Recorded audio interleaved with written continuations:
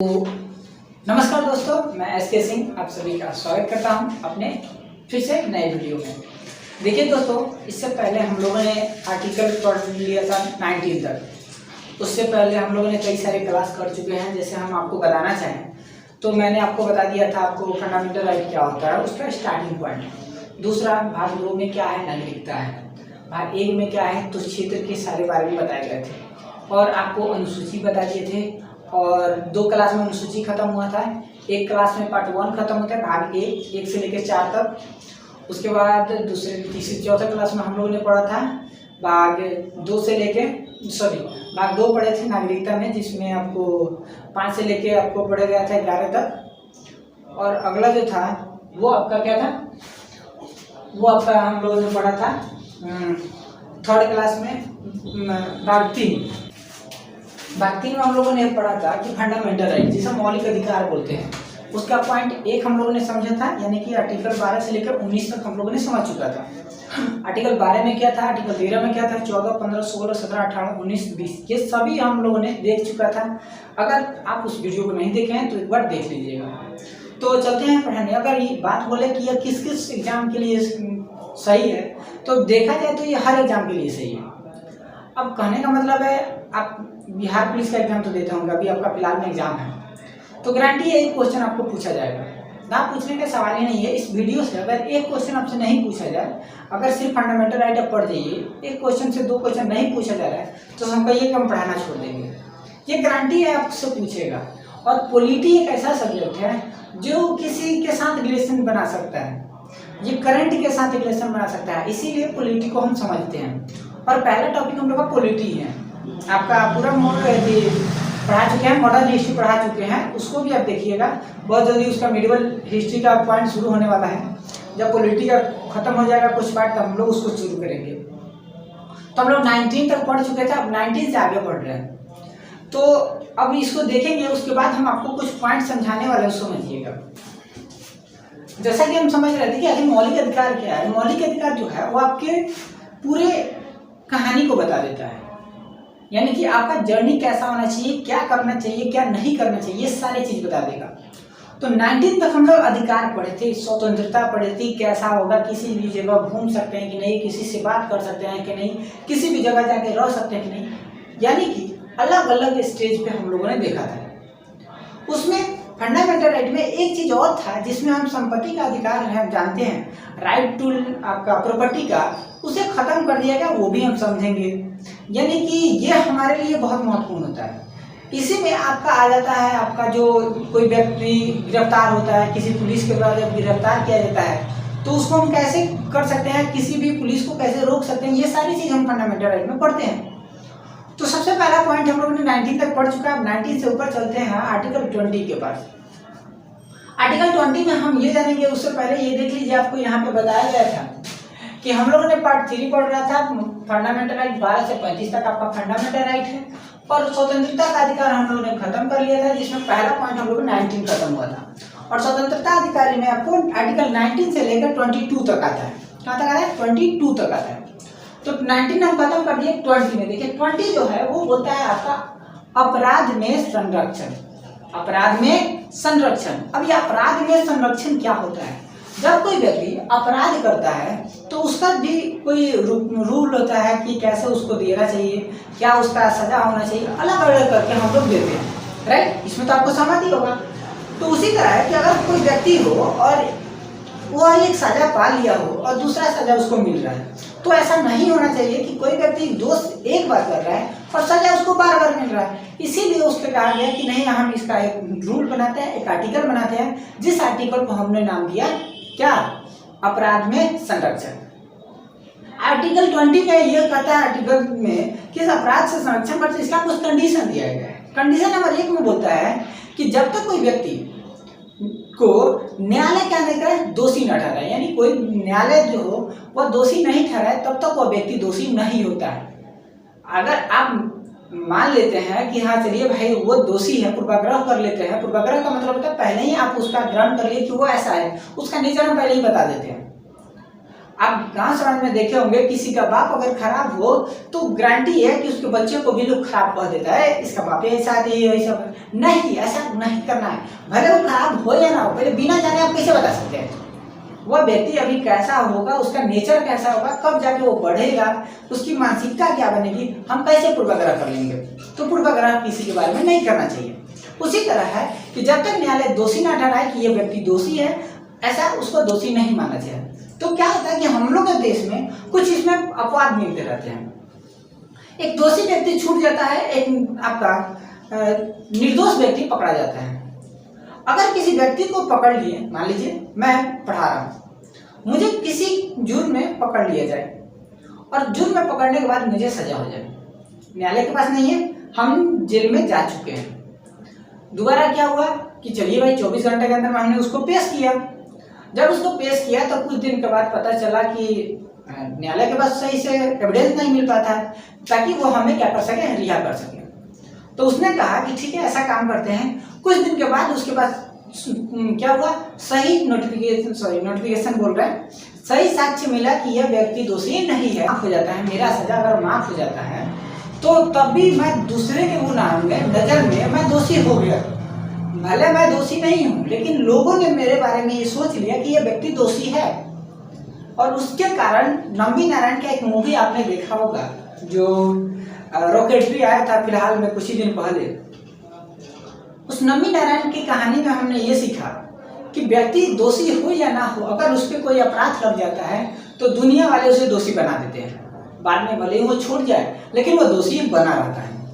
तो इसीलिए बोला कि हाँ, ऐसा प्रावधान होता भी है लेकिन वो हर जगह काम नहीं आता है।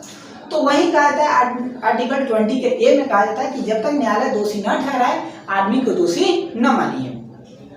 दूसरा कहता है कि एक अपराध के लिए किसी भी व्यक्ति को एक ही सजा देना है। यानी आर्टिकल 20 का बी बोलता है कि कोई व्यक्ति हो, उसे एक बार जो दोषी हो और उसको दोषी मान लिया गया हो तो उसका एक बार सजा हो गया तो वो खत्म हो गया, अब दोबारा उसको सजा नहीं दी जाएगी। तीसरा है कि अपने खिलाफ किसी भी व्यक्ति को गवाही देने के लिए मजबूर नहीं किया जाएगा। पहला कि ये, जैसा मान लीजिए मैं दोषी हूँ, सबको मान लेता है मैं दोषी हूँ, तो जब दोषी हूँ तो मुझे सजा हो गई, यानी कि जो मेरे समय में सजा हो रही थी वो सजा मुझे हो गई और मैंने उसको भुगत लिया। अब क्या हुआ, दोबारा कोई व्यक्ति आके कहे कि नहीं तुम दोषी हो, चलो तुमको फिर से सजा दिया जाएगा, ये नहीं होना चाहिए। किसी व्यक्ति को एक दोषी के लिए दोबारा सजा नहीं दिया जाना चाहिए, ये रूल हमारा कॉन्स्टिट्यूशन कहता है। और तीसरा बोला गया है कि किसी भी व्यक्ति को अपने खिलाफ, यानी कि अपने खिलाफ किसी को गवाही नहीं देना है कि नहीं तुम दोषी हो, तुम मानो अपने आप को, टॉर्चर नहीं करना है। देखिएगा इस तरह क्या होता है कि पुलिस वाले, चाहे कोई भी किसी के सपोर्ट में रहता है, कोई भी पुलिस भी होता है, पुलिस भी तो मान लीजिए किसी को अधीन ही नहीं रहता है, अगर उसको कहीं से पैसा मिलता होगा तो वो आपको कहेगा कि तुम दोषी हो, गारंटी है। और पुलिस दोषी नहीं होता है, लेकिन जो दोषी है उसमें पुलिस का हाथ जरूर होता है, तो वो दोषी है। तो क्या होता है कि उसको टॉर्चर किया जाता है कि नहीं तुम मान लो ये, तो वो अगर वो आप गवाही दे भी दिए हैं, अगर न्यायाधीश के सामने अगर बोल देते हैं कि नहीं मैं दोषी नहीं हूँ, मुझे ये जबरदस्ती काम बोलवाया गया है, तो वो क्या करता है, कहता है कि नहीं ये दोषी व्यक्ति नहीं है, इसे जबरदस्ती कराया गया, तो उस पर क्या होता है, उसी पुलिस के ऊपर कार्रवाई हो जाती है। बात समझ में आ गया? यानी आर्टिकल 20 आपको समझ में आ गया, अपराध के संरक्षण में पहला पॉइंट। चलिए दूसरा आपका आर्टिकल जो है वो आर्टिकल 21 है, जिसमें बोला गया प्राण एवं देह की स्वतंत्रता। प्राण एवं देह की स्वतंत्रता ये होता है कि आप अपना प्राण को बचाने के लिए हर वो काम आप कर सकते हैं, इजीली कर सकते हैं। जैसे एक मूवी आपको हम बताते हैं, मूवी से रिलेट करते हैं, जो सीन बस इतना याद रखिएगा कि जिसमें कोर्ट लाइन का होता है ना, तो ये सारे काम उसमें कर देते हैं। तो मूवी एक आया था जो रुस्तम में वो व्यक्ति जानबूझ के, अक्षय कुमार ने जानबूझ के मारा था मान लेते हैं, लेकिन उसने क्या प्रूफ किया, उसने ये प्रूफ किया कि वो मुझे मारने आया था तो मैंने उसे गोली मारा, जिसके कारण वो दोषी उतना नहीं बना, दोषी उस वक्त सिद्ध हो गया कि नहीं अपने जान बचाने के लिए कोई भी कर सकता है। तो अपनी स्वतंत्रता आप अपना खुद से बना सकते हैं। अगर आपातकाल भी हो जाता है तो भी आर्टिकल 20 यानी कि न्यायाधीश में जो अपराध का संरक्षण, और 21 जिसमें प्राण और देह की स्वतंत्रता आपकी नहीं छीनी जाती है, चाहे वो आपातकाल हो या ना हो, आपका वो हमेशा लागू रहता है। अब आइए इसमें दूसरा पॉइंट ये है कि दे का मतलब ये है कि 6 वर्ष से लेकर 14 वर्ष के बच्चों को निःशुल्क और अनिवार्य शिक्षा प्रदान किया जाएगा। आर्टिकल 21 में ये बोला गया है कि कोई व्यक्ति किसी 6 से 14 वर्ष के बच्चे को अगर गवर्नमेंट, चाहे कोई भी, गवर्नमेंट ही नहीं देता है, दूसरा कोई देते नहीं है, गवर्नमेंट को ये प्रोवाइड कराना हो, उसको बेस्ट शिक्षा देना होगा, उसको बुक सब कुछ दिया, इसीलिए फ्री मिलता है। 8वां तक आप जाइएगा, 8वां क्लास 8 क्लास तक, तो सरकारी स्कूल में आपको क्या मिलता है? बुक मिलता है, आपका खिचड़ी मिलता है। खिचड़ी तो नहीं देना चाहिए, बच्चे लालच में जाते हैं खिचड़ी के लालच में, ये तो गलत है। उसके बावजूद भी हेडमास्टर लोग हैं, टीचर लोग हैं, जो रसोई बनाता है, वो खाना बनाने वाला, वो भी अपने लिए लेके चला जाता है। मिलता क्या है? वो थोड़ा सा पानी वाला, दाना वाला चावल मिलता है, उसे वो खा लीजिए, वहीं पेट भर गया। ऐसा नहीं होना चाहिए। ठीक है, आप देते हैं, उसको अच्छा दीजिए, भोजन भी वो अच्छा कर रहा है, ताकि भोजन भी अच्छा करेगा तभी वो कुछ कर सकता है। पहला चीज है, अगर उसको भोजन ही सही नहीं मिलेगा तो क्या करेगा? लालच है, आप पैसे भी, भारत में गरीबी इतना ज्यादा है कि हम कुछ नहीं कर सकते हैं। तो ये आपको पहला आर्टिकल 21 भी आपको समझ में आ गया होगा, ये हमने देख लिया। तो आर्टिकल 21 समझ में आ गया, 22 समझ में आ गया। अब सॉरी 22 नहीं समझ में आया, तो आर्टिकल 22 जो है वो आपको बताता है कि गिरफ्तारी के संबंध में संरक्षण। अगर आपको कोई व्यक्ति गिरफ्तार करने आ रहा है तो उस समय अपने आप का संरक्षण कैसे कीजिएगा, ये आर्टिकल 22 में बताया गया। कहा गया है कि आर्टिकल 22 के पहला में बोला गया है कि किसी व्यक्ति को, अगर कोई व्यक्ति गिरफ्तार हो रहा है तो उसको पुलिस जब जा रहा है उसको पकड़ने के लिए, गिरफ्तार करने के लिए, तो पहले ये बताए कि उस व्यक्ति का दोष क्या है। अगर ये पता चल जाएगा कि उस व्यक्ति का दोष क्या है, तभी आप उसे गिरफ्तार कर सकते हैं, अन्यथा नहीं कर सकते हैं। आप गांव में रहिएगा तो बिना पुलिस किसी को बताए, किसी को टांग के लेके चली जाएगी, तभी कोई दूसरा नहीं बोलेगा। ये पहला चीज। दूसरा है कि अगर कोई व्यक्ति गिरफ्तार हो जाता है, यदि कोई व्यक्ति गिरफ्तार हो जाता है तो उसे 24 आवर के अंदर में, यानी 24 घंटे के अंदर में न्यायाधीश के सामने पेश करना रहता है। कितने व्यक्ति हैं जो न्यायाधीश के सामने पेश होते हैं? नहीं होते हैं, पुलिस के अंडर में ही रहते हैं, क्योंकि पुलिस रिकॉर्ड नहीं बनाती है। अगर पुलिस रिकॉर्ड बना देगी तो वो क्या हो जाएंगे, 24 आवर के जमाने में भेजना पड़ेगा, नहीं तो नहीं भेज सकते हैं, तो उन पर कार्रवाई हो सकता है। तो आज तक मीडिया का जमाना हो गया, जब भी कोई व्यक्ति अगर गिरफ्तार हो रहा है, ठीक है, तो गिरफ्तार हो रहा है, तो अगर आप उस समय के सिचुएशन के, कंडीशन के टाइम को आप क्या करते हैं, किसी मोबाइल में कैप्च कर लिए हैं, पकड़ लिए हैं, अगर 24 आवर के अंदर में वो न्यायाधीश के सामने नहीं जाता है तो आप उस पर जाके केस कर सकते हैं उस पुलिस पे। इसीलिए देखिएगा, पुलिस वाले जो होते हैं वो आपको कब गिरफ्तार करेंगे? शनिवार को करेंगे। शनिवार को ले जाएंगे, इतवार को कब्जा में रखेंगे और सोमवार को कहेंगे लेके चलो, 24 आवर होगा। यानी उनको एक दिन का टाइम मिलता है और उस एक दिन में पैसे ले लेते हैं, इधर से इधर दोनों में मिला देते हैं, कहते ले जाओ। देखिए घुसखोरी हो नहीं हुआ। इसीलिए हमने बोला है कि हर कंडीशन तो बनाए हैं, लेकिन उसका तोड़ सबके पास है। तो हमने बताया 24 आवर के अंदर में आपको क्या करना है, जमा करना है, उनको न्यायाधीश के सामने पेश करना है। तीसरा पॉइंट ये कहता है कि अगर कोई व्यक्ति गिरफ्तार होता है तो उसे मन मुताबिक कोई एक वकील चुनने का उसका अधिकार है।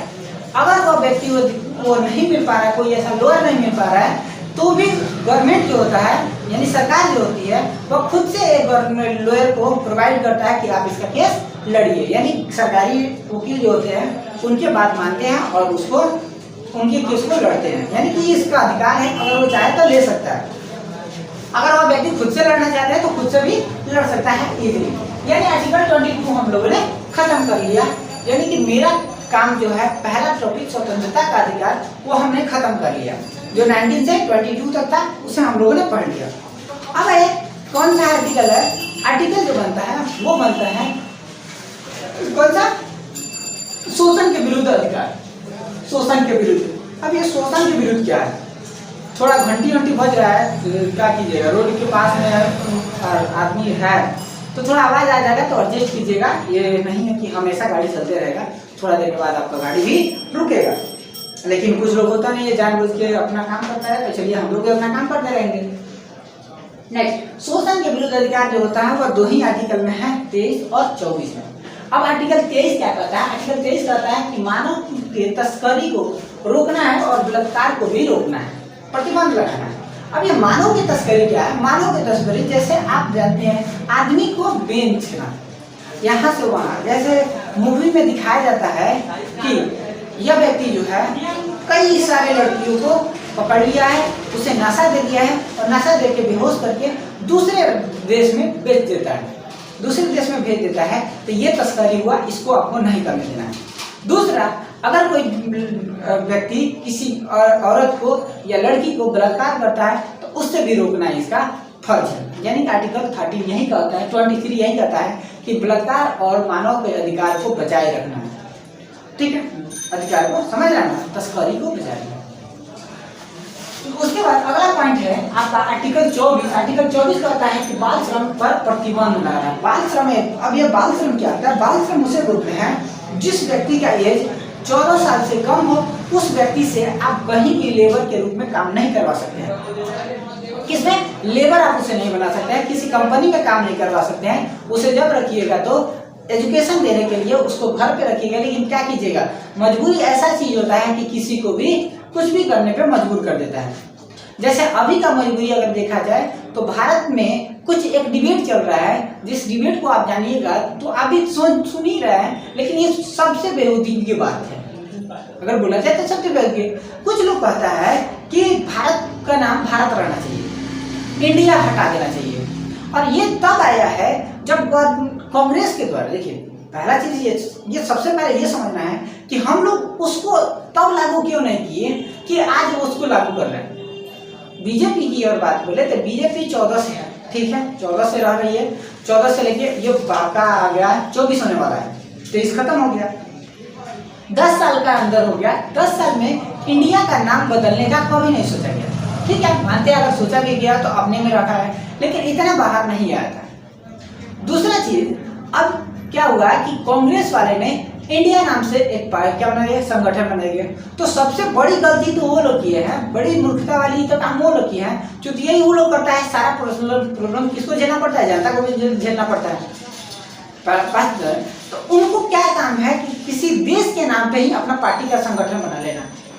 इंडिया नाम से संगठन नहीं बनाते। जैसे एनडीए के नाम से बीजेपी ने क्या बनाया, अपना एक संगठन बनाया है, जैसे एक नाम बनाया है कि चलिए इसमें सब कुछ है, तो उसी तरह आप अपने नाम से दूसरे नाम चुन लेते हैं, इंडिया नाम से चुन लिए। और जैसा ही देखा गया कि बीजेपी वाले ने जैसे ही देखा कि इन्होंने इंडिया नाम से अपना लिया है, तो उसने क्या किया, भारत के नाम को ही गलत कहा दिया कि इंडिया तो ये इडियट्स के लिए नाम रखा गया है। आज तक हम लोग ये पढ़ते आए हैं कि इंडिया जो नाम पड़ा है वह इंडस रिवर के नाम पे पड़ा है। यानी इंडस रिवर के इस साइड में रहने वाले लोगों को इंडिया क्या बोला गया, इंडिया बोला गया। यानी इंडस नदी से इंडिया बना है। अब आप बताइए, जो इंडस नदी से आज तक हम पढ़ते हैं, इंडस रिवर पढ़ते हैं, सिंधु रिवर पढ़ते आ रहे हैं, उसके नाम पे अभी तक सुनते हैं, और आज अचानक से पता चल रहा है कि ये जो है वह एक इडियट के नाम पे रखा गया है। अब इससे बड़ी खराबी वाली बात क्या है, जब तक कांग्रेस वाले ने इंडिया नाम से नहीं बनाया था तो इंडिया का नाम बदलाया नहीं जा रहा था। आज क्या हो रहा है कि इंडिया का नाम ही बदल जा रहा है। कैसे कीजिएगा, इतना बदलना पॉसिबल है? हम लोग बोलते हैं कि अगर ये बात अगर सच्चाई होती कि चलिए ये इडियट के नाम पे रखा गया है, इडियट ही बना दिया गया, इंडियन बना दिया गया, और इंडियन से हमारा इंडिया बन रहा है, ये अगर मान लीजिए ऐसा बात अगर रियलिटी में होता तो अंबेडकर जी इतना मूर्ख आदमी नहीं थे जिन्होंने वो एक पार्टी सम्मेलन बनाया और लिखा है कॉन्स्टिट्यूशन ऑफ इंडिया। क्या लिखा है? Constitution of India. वो आपसे कम पढ़े लिखे नहीं है, वो बेस्ट एजुकेशन उनके पास है। ऐसा संविधान बना के गए हैं कि जिस संविधान को हम लोग अब तक झेलते आ रहे हैं। और ऐसे जब यस ओपन बैठिए, उसको बंद कर दीजिए, बढ़ना चाहिए। ठीक है, तो ऐसे हम लोगों ने उसको देख रहा है। और भारत का लगभग 50 साल हो गया, 50 साल नहीं 70 साल होने जा रहा है, 73 साल। इन 74 साल में आपको क्या हो रहा है कि उसी को हम लोग देख रहे हैं। अब तक चेंज करने की नौबत नहीं। क्यों? क्योंकि वो ऐसा संविधान उन्होंने बना के दिया, कॉन्स्टिट्यूशन ऑफ इंडिया। ठीक है, दूसरा रिजर्व बैंक ऑफ इंडिया, बस सुनिएगा, SBI state bank of India. अब इसको क्या कीजिएगा, SBB कीजिएगा, तो क्या करना पड़ेगा, स्टेट बैंक भारत कीजिएगा। और भारत ऐसा हो सकता है, हमारे कॉन्स्टिट्यूशन में भी लिखा गया है कि हम भारत के लोग, चलिए इंडिया दैट इज भारत, ये लिखा गया है। तो ठीक है, आप उसको रहने दीजिए। चेंज करने वाला नाम कहाँ से गया? हम भारत बोलते हैं तो भारत जो है वह हिंदी नाम है, तो हम लोग बोलने में आसानी होती है, हम लोग बोल लेते हैं। लेकिन वहीं अगर दूसरे देश में जाइएगा तो हिंदी उन लोग को बोलने नहीं है। एक नमस्ते बोलने के लिए लगभग 1 मंथ तक कोई पढ़ता है तब जाकर वो नमस्ते बोलता है, तो भारत कैसे बोलेगा। तो इंडिया जो है वो इंग्लिश नाम है, तो इसलिए सबको बोलने में आसानी होती है। तो इंडिया नाम हमारा सही था, लेकिन आज कांग्रेस ने बना दिया तो बीजेपी ने कहा है इंडिया नाम खराब है। ये क्या बन गया है, ये एक मुद्दा बन गया है। और तब जब 24 का इलेक्शन आने वाला है, और सबसे बड़ी मूर्खता वाली काम तो उन्होंने किया है कि इंडिया नाम से पार्टी बना दी है।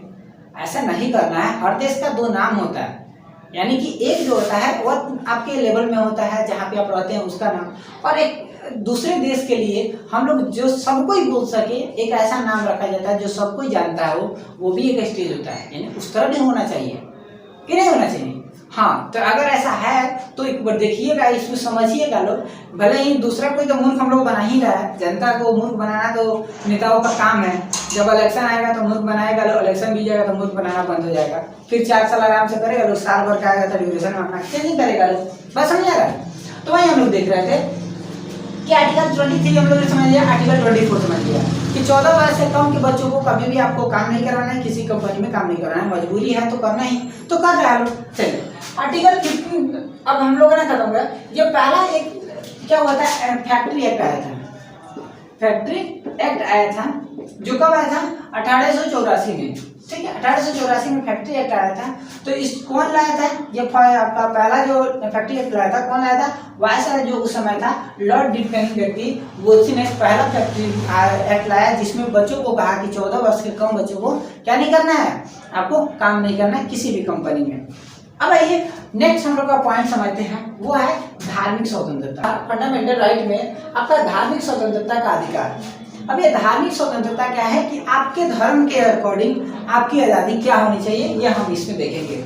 जो आर्टिकल 25 से लेकर 28 तक आपको दिया गया है।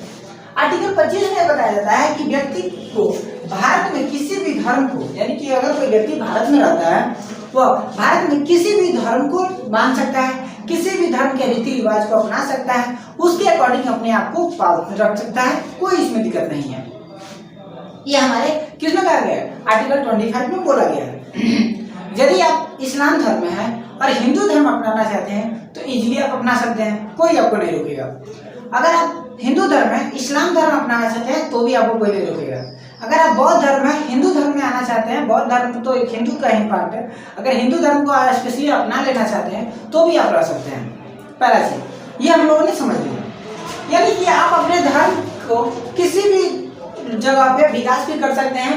यानी कि विकास करने के लिए आर्टिकल 26 आपको दिया गया है कि किसी भी धार्मिक कार्यक्रम और सम्मेलन को आयोजन करने की आज़ादी आपको मिलेगी। यानी कि अगर आप किसी पूजा पाठ करते हैं तो आपको क्या होगा, इसमें फ्री दिया जाएगा। चलिए आप अपने पूजा पाठ को इजीली कर सकते हैं, आप अपने सम्मेलन को बना सकते हैं, सम्मेलन को भी बनाने के लिए आपको रोका नहीं जाएगा। यह हमारे आर्टिकल 26 का है। अपने धर्म के लिए धार्मिक कार्यों करने के लिए कोई प्रतिबंध नहीं है, आप जो मर्जी तो कर रहे हैं। इसलिए तो हम लोग सरस्वती पूजा इजीली मना लेते हैं, सरस्वती पूजा मनाने की दिक्कत नहीं होता है। दुर्गा पूजा मना लेते हैं, कोई दिक्कत नहीं होता है। मोहर्रम मनाता है लोग तो उसमें कोई दिक्कत नहीं होता है। अपने अपने धर्म के विकास के लिए आप कुछ भी कर सकते हैं, इसमें प्रतिबंध आपको नहीं लगाया जाएगा। ठीक है, अगला है आर्टिकल 27। क्या है आर्टिकल 27? आर्टिकल 27 बताया गया भारत में प्रत्येक धार्मिक आय को क्या किया जाएगा, मुक्त रखा जाएगा, यानी कि उस पर टैक्स फ्री रखा जाएगा, टैक्स नहीं लिया जाएगा। लेकिन ये क्या है, नॉमिनली देखा जाए तो एक धर्म है जिसपे टैक्स लगता है, उनके पैसे को टैक्स देना पड़ता है। जैसे ये हिंदू धर्म है, हिंदू धर्म के पैसे को जो मंदिर में जो बड़े बड़े मंदिर होते हैं जो पैसा मिलता है उसका टैक्स जाता है गवर्नमेंट के पास। ये सिर्फ हिंदू धर्म में होता है, दूसरे किसी धर्म में टैक्स नहीं लिया जाता है। और हिंदू धर्म के हर जगह जो भी मंदिर है उसमें पैसा तो मिलता है ज़्यादा। या इसलिए हुआ है ताकि हिंदू धर्म की जनसंख्या यहाँ पे ज़्यादा है, पूजा भी ज़्यादा लोग करता है, भेंट भी ज़्यादा चढ़ता है, इसलिए उस पर टैक्स लगता है। आपको पता है कि ये गणपति पूजा होता है तो लाखों करोड़ों रुपये मिलता है, तो उस पर टैक्स देना कोई बड़ी बात नहीं है, इसलिए वहाँ पे उसको स्पेशली अपवाद रखा गया है कि चलिए आप इसको कर सकते हैं। अब अगला है आर्टिकल 28। आर्टिकल 28 ये बोलता है कि किसी भी शैक्षणिक संस्थानों में आप धार्मिक शिक्षा का प्रावधान नहीं डाल सकते हैं। यानी कि अगर गवर्नमेंट का कोई स्कूल है तो उसमें आप धर्म के किसी चीज को नहीं पढ़ा सकते हैं। जैसे कोई स्कूल है, गवर्नमेंट स्कूल, हिंदू धर्म हम पढ़ाए, ऐसा नहीं हो सकता है, आप उसको नहीं पढ़ा सकते हैं। हाँ, लेकिन पर्टिकुलरली अगर कोई स्कूल है, जैसे आप प्राइवेट स्कूल है, जैसे पंजाब की कोई व्यक्ति स्कूल खोला हुआ है, तो अपने पंजाब धर्म को, पंजाबी को आप क्या कर सकते हैं, अपने धर्म को बढ़ा सकते हैं। जो गुरु द्वारा उनका है, जो गुरु सिख मानते हैं, सिख धर्म मानते हैं, तो सिख धर्म के वो अपने प्रचार के लिए वो कर सकते हैं इजीली। मदरसा में मुस्लिम धर्म के लिए अप्लाई करता है, चलिए मुस्लिम धर्म यहाँ पर अपनाया जाएगा। दूसरा कि अगर आप किसी भी जगह हिंदू धर्म की हैं, अगर हिंदू कोई जगह है जहाँ पे प्राइवेट है, तो वहाँ पे आप हिंदू धर्म की आप क्या कर सकते हैं, छूट दे सकते हैं, बढ़ावा दे सकते हैं कि चलिए भाई ऐसा हो सकता है। बात समझ में आ गया? यानी आर्टिकल 28 के मतलब धार्मिक स्वतंत्रता आपको समझ में आ गया होगा। धार्मिक स्वतंत्रता क्या होता है, आप अपने धर्म के अकॉर्डिंग कैसे होना चाहिए, ये चीज आपको सिखाया जाता है। बात समझ आ गया? अब ये अगला टॉपिक जो है वो शोषण के विरुद्ध है। क्या है? शोषण के विरुद्ध, सॉरी शोषण के विरुद्ध हम लोग ने पढ़ लिया था। ये है संस्कृति एवं शैक्षणिक संस्थानों का स्वतंत्रता आपको होना चाहिए, उसकी चीज आपको बताई गई है। अब शैक्षणिक और संस्कृति क्या है, ये सारी चीज हम लोग 23, 29 और 30 में हम समझेंगे। 29 में क्या रहता है कि व्यक्ति को अपने भाषा को, अपनी संस्कृति को, अपनी लिपि को बनाए रखने के लिए, बचाए रखने के लिए, हर काम करने के लिए उसको अधिकार है कि वो अपना विकास कर सकता है। पहला चीज आपने समझ लिया। आर्टिकल 30 ये कहता है कि व्यक्ति को किसी भी शैक्षणिक संस्थान में शिक्षा लेने का और उसमें प्रवेश होने के लिए प्रतिबंध नहीं किया जाएगा। हर शैक्षणिक संस्थान में आप अपना क्या कर सकते हैं, ज्वाइनिंग कर सकते हैं, एडमिशन ले सकते हैं, इसमें कोई प्रतिबंध आपको नहीं लगाया जाएगा। आर्टिकल 30 खत्म हो चुका है। आर्टिकल 31 जो है वो इसमें है ही नहीं, क्योंकि प्रॉपर्टी का अधिकार था, राइट टू प्रॉपर्टी था, जो खत्म हो चुका है। वह आर्टिकल 300 के ए में चला गया है, यानी कि उसको फंडामेंटल राइट से निकाल दिया गया है, भाग 9 में चला गया।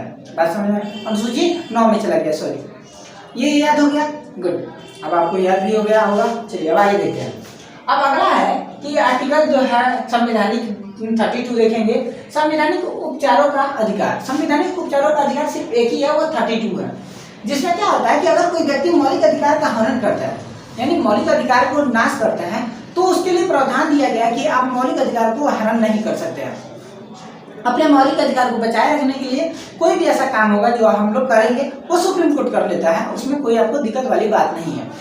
उसमें का पहला पॉइंट है कि हाई कोर्ट जो सुप्रीम कोर्ट जो है वो आर्टिकल 32 के तहत रिट जारी करता है, और हाई कोर्ट जो है वो आर्टिकल 26 के अकॉर्डिंग और 226 के अकॉर्डिंग रिट जारी करता है। अब ये रिट क्या होता है, ये एक प्रतिबंध होता है, रूल रेगुलेशन होता है, उसी को बताया जाता है। यानी मौलिक अधिकार का जब कोई हनन होता है तब ये रिट जारी होता है सुप्रीम कोर्ट के द्वारा और हाई कोर्ट के द्वारा, जो आर्टिकल 32 के हम लोग समझते हैं। अगर कोई बंदी पर शिक्षा लगा रहा है कि, तो इसमें क्या करना है कि अगर कोई व्यक्ति आपके मौलिक अधिकार को हनन किया है, यानी कि वो दोषी है, वह संविधान को नहीं मान रहा है, संविधान के अधीन जा रहा है, यानी कि आपके मौलिक अधिकार को छीन रहा है, तो उस समय हम क्या कर सकते हैं, फिजिकली उनको जाके न्यायाधीश के सामने पेश होना होगा, न कि उनके लॉयर को।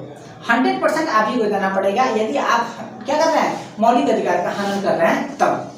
यानी कि ये पॉइंट ए में एक होता है परमादेश। परमादेश वो होता है कि रिट सफाई कर्मियों के लिए, यानी कि कर्मचारी के लिए भेजा जाता है, यानी कि जो संस्था के खिलाफ भी लगाया जाता है, ये रिट जारी होता है। अगला है कि कुछ प्रेक्षण जो होता है या निचली न्यायालय में, यानी कि जो नीचे वाले न्यायालय होता है उसके द्वारा ये पारित किया जाता है रिट। यानी कि जब कोई व्यक्ति अगर संवैधानिक रूप से काम नहीं कर रहा है, उसको छोड़ रहा है, तोड़ रहा है, तब उसके लिए निचली जो कोर्ट होती है, यानी कि आपका जैसे जिला का हो जाए, इसको नीचे वाला कोर्ट बोलते हैं, तो इसको क्या किया जाएगा, जनपद जिसे हम लोग बोलते हैं, जनपद न्यायालय, तो इसके द्वारा उसको क्या किया जाता है, प्रोवाइड किया जाता है, रिट जारी किया जाता है वहाँ पे, और उसके द्वारा उसको रोका जाता है। और आखिरी जो है वह है निषेध या प्रतिषेध। निषेध और प्रतिषेध वो होता है जिसमें अगर कोई व्यक्ति हो तो उसको कोई सजा मिलता है, तो निचली कोर्ट से मिल जाती है, निचली कोर्ट के में जनपद से मिल जाता है, तो क्या हो सकता है कि हाई कोर्ट और आपका सुप्रीम कोर्ट, हाई कोर्ट क्या करेगा, निचली कोर्ट को कैंसिल कर देगा, आपके रूल को नहीं मानेगा, यानी जो फैसला आप लिए हैं उस फैसला को रद्द कर सकता है। और सुप्रीम कोर्ट का अधिकार है वो हाई कोर्ट का फैसला को रद्द कर देता है। यही सब एक दूसरे को है, लेकिन सुप्रीम कोर्ट सबसे उच्च होता है, इसलिए सुप्रीम कोर्ट के के वादे को कोई नहीं तोड़ता है, उसके फैसले को कोई नहीं बिगाड़ सकता है। इसीलिए तो सुप्रीम कोर्ट आपका क्या करता है, फंडामेंटल राइट्स का अधिकार लिया हुआ है कि जो भी चीज़ होता है वही देखता है। और सबसे पहले चीज़ मूल संरचना जो है वो उसका आज तक कोई डिफिनेशन नहीं बताया मूल संरचना होता क्या है। मूल संरचना सब होता क्या आज तक नहीं, आधारभूत ढांचा आप खराब नहीं कर सकते, यानी फंडामेंटल राइट में कोई संशोधन करना है तो ये करना होगा कि पहले ये बताना होगा उसकी आधारभूत ढांचा जो हो वह चेंज ना हो। अब ये आधारभूत ढांचा कहाँ पे कुछ पता नहीं, बस समझ रहे ना, ऐसी स्थिति हम लोग का बना हुआ है। तो कल का जो सेशन है वो हम लोग आरक्षण समझेंगे, क्योंकि आरक्षण का एक टॉपिक इसमें बचा हुआ है आर्टिकल में, जो शॉर्ट में हम पढ़ा दिए थे। आरक्षण का कल वीडियो आपको मिलेगा, उसको आप देख सकते हैं। मिलते हैं अगले वीडियो में, तब तक के लिए आपसे विदा लेते हैं, धन्यवाद। अगर वीडियो अच्छा लगा तो चैनल को सब्सक्राइब कीजिए, बेल आइकन दबाइए और दोस्तों के पास शेयर कीजिए। Wow, so sweet. जय हिंद, जय भारत।